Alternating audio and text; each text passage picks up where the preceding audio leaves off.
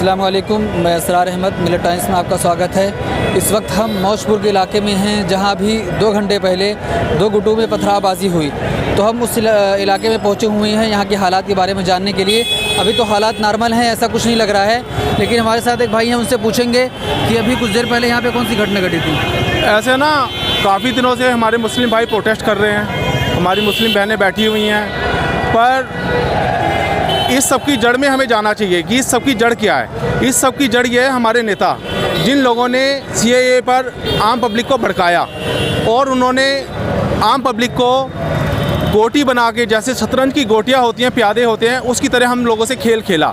हम लोगों को उसकी तरह देखा।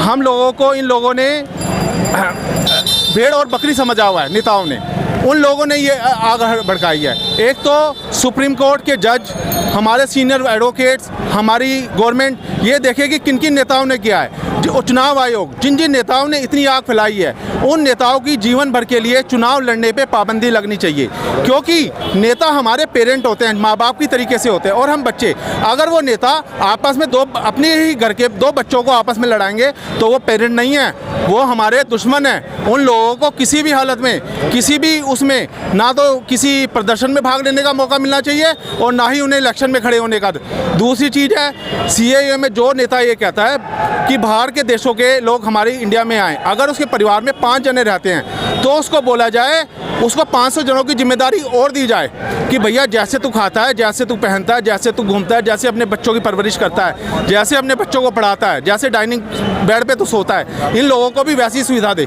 फिर उसके तिलमिलाट मचेगी, फिर उसको परेशानी होगी। उसको ये लगेगा कि सीमित संसाधन में ज़्यादा लोगों का परिवार को संभालना कितना मुश्किल है। देश के संसाधन सीमित हैं। आज इन नेताओं के पास ये टॉपिक नहीं है कि हमारा देश का युवा बेरोजगार है। उन लोगों को आज हमारे में क्या कमी है और चाइना में वाले लोगों में क्या खूबी है जो हम ऊपर नहीं उड़ सकते, पर वहाँ की गवर्नमेंट ने उन लोगों को ऊपर उठने के लिए संसाधन मुहैया कराए, उनको एक प्रॉपर प्लेटफॉर्म दिया। पर हमारे यहाँ की गवर्नमेंट है आपस में लड़ाने के अलावा और कोई काम नहीं करती। आज अगर कोई इंसान अच्छी तरीके से देश को चलाने की कोशिश कर रहा है तो उसके पहिए, मतलब उसकी टांगें खींची जा रही हैं। आप ये सोचो, अगर आप परिवार का करता, हर कोई नहीं बन सकता, अगर आज वो परिवार का करता है और हम, चाहे कांग्रेस है चाहे कोई भी पार्टी है, वो परिवार के मेंबर हैं, तो उन्हें परिवार के कर्ता को सपोर्ट करनी चाहिए। वो लोग सपोर्ट नहीं कर रहे, उल्टा टांग खींच रहे हैं, ऐसे कोई परिवार नहीं चल सकता। और दूसरा, जो नेता ये हमारे आम पब्लिक के पैसे को, जो पब्लिक खून पसीने की कमाई नेताओं को इसलिए देती है, सरकार को इसलिए देती है कि सरकार की चेन घूमे, कि उससे और ज़्यादा इंडस्ट्री ग्रोथ करे और ज़्यादा संसाधन। जो आईना हम चाइना से इंपोर्ट करते हैं, जितनी आइटम, क्या वो हिंदुस्तान में मैन्युफैक्चरिंग नहीं हो सकती? वो हो सकती है। उसको हिंदुस्तान में मैन्युफैक्चरिंग, उसमें सब्सिडी दी जाए। स्कूलों कॉलेजों के बच्चों को 2 घंटे 3 घंटे के लिए कंपलसरी करा जाए कि तू ये ट्रेनिंग ले। उससे वो युवा को स्कूल में पढ़ाई के साथ साथ और ज़्यादा एफिशिएंसी आ जाएगी, जिस समय वो बाहर निकलेगा और उसके पास रोजगार के भी असर होंगे। साथ में हमारी कॉस्ट कम होगी। हमारी कॉस्ट कम होगी तो हम इंटरनेशनल मार्केट में एक तो इंपोर्ट नहीं करेंगे, साथ में अपनी प्रोडक्ट को बाहर भी बेचेंगे। हमारे देश के करोड़ों अरबों करोड़ों लोगों को, बच्चों को रोजगार मिलेगा, पर ये नेता चाहते ही नहीं है। देश में रोजगार नहीं है। हर दिन खबर आती है कि नौजवान बेरोजगारी की वजह से आत्महत्या कर रहे हैं। हाँ, तो इसके लिए मैं ये कहना चाहूँगा देश की गवर्नमेंट को, हमारे मोदी जी को, हमारे मुस्लिम भाइयों को, मुस्लिम भाई इस देश में वैसे हैं जैसे चमड़ी, और हिंदू ऐसे हैं जैसे हड्डी। ना चमड़ी अलग हो सकती, ना हड्डी अलग से हो सकती। आपस में इन नेताओं ने जो हमारे दिलों के अंदर खंजर घोंपे हुए हैं, आप धीरे धीरे उन्हें समझो। ये हमारे दिमागों से खेलते हैं ये नेता, और हमें एक मोहरे की तरह यूज करते हैं। रोजगार की बात करें ना, और साथ में नेताओं को ये पोल्यूशन इतना हो रहा है, हर एक के घर के बाहर ड्रिल मशीन से छेद करके अशोक वगैरह के वृक्ष लगा दे। हम अपने शहरों को क्या मिनी फॉरेस्ट नहीं बना सकते? आज देखो ऑस्ट्रेलिया में, देखो कितनी भयंकर आगों से कितनी भयंकर तबाही हुई है। ऐसे जंगल के जंगल जल गए। आज मैंने न्यूज़ में पढ़ा था कि हिमाचल में भी जंगलों में आग लगी हुई है। अगर कल को सारे जंगलों में ऐसे आग, हम ऑक्सीजन कैसे लेंगे? ये तो मूर्ख हैं, ये तो सिर्फ अपना उल्लू सीधा करते हैं और ये सोचते हैं हम 5-7 साल राज कर लेंगे, मज़े आ जाएंगे।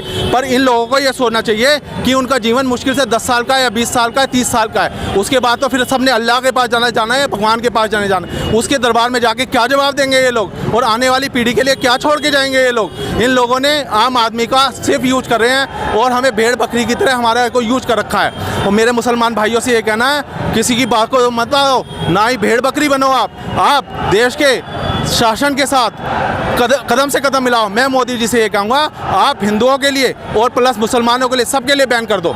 और अगर कोई आता है तो वो सुप्रीम कोर्ट की निगरानी में आए, साथ में अपने दूसरे देशों के लोगों के साथ, जो पाकिस्तान है, अफगानिस्तान है, इतने अच्छे मधुर संबंध बनाओ कि वहाँ पर माइनॉरिटी को परेशानी ना हो। और फिर भी अगर वहाँ परेशानी होती है तो सुप्रीम कोर्ट के एक पैनल के थ्रू उनको हिंदुस्तान में बुलाया जाए। हाँ, अगर वो सफ़र है तो उन्हें बुला लिया जाए, क्योंकि देश में शांति, ये देखो ना देश की क्या हालत कर दी है। क्या हम लोग इसीलिए हैं कि हमें फुटबॉल की तरह जिसका मन खाए और उसको लात मार दे और देख लें? ये आम आदमी, इनको समझ में नहीं आ रही है इस बात कि ये नेता हमें यूज कर रहे हैं। मैं ये कहना चाहूँगा। आपका नाम क्या होगा? मेरा नाम संजय जैन है।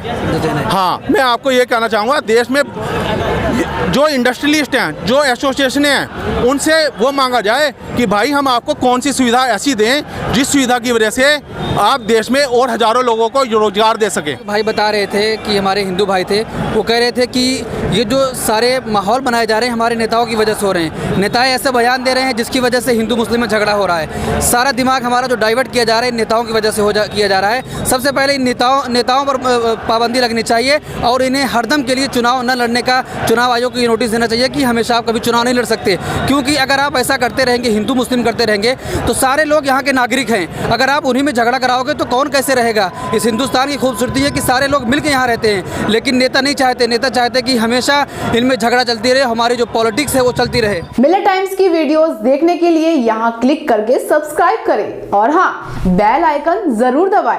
अगर फेसबुक पर देख रहे हैं तो पेज लाइक करें।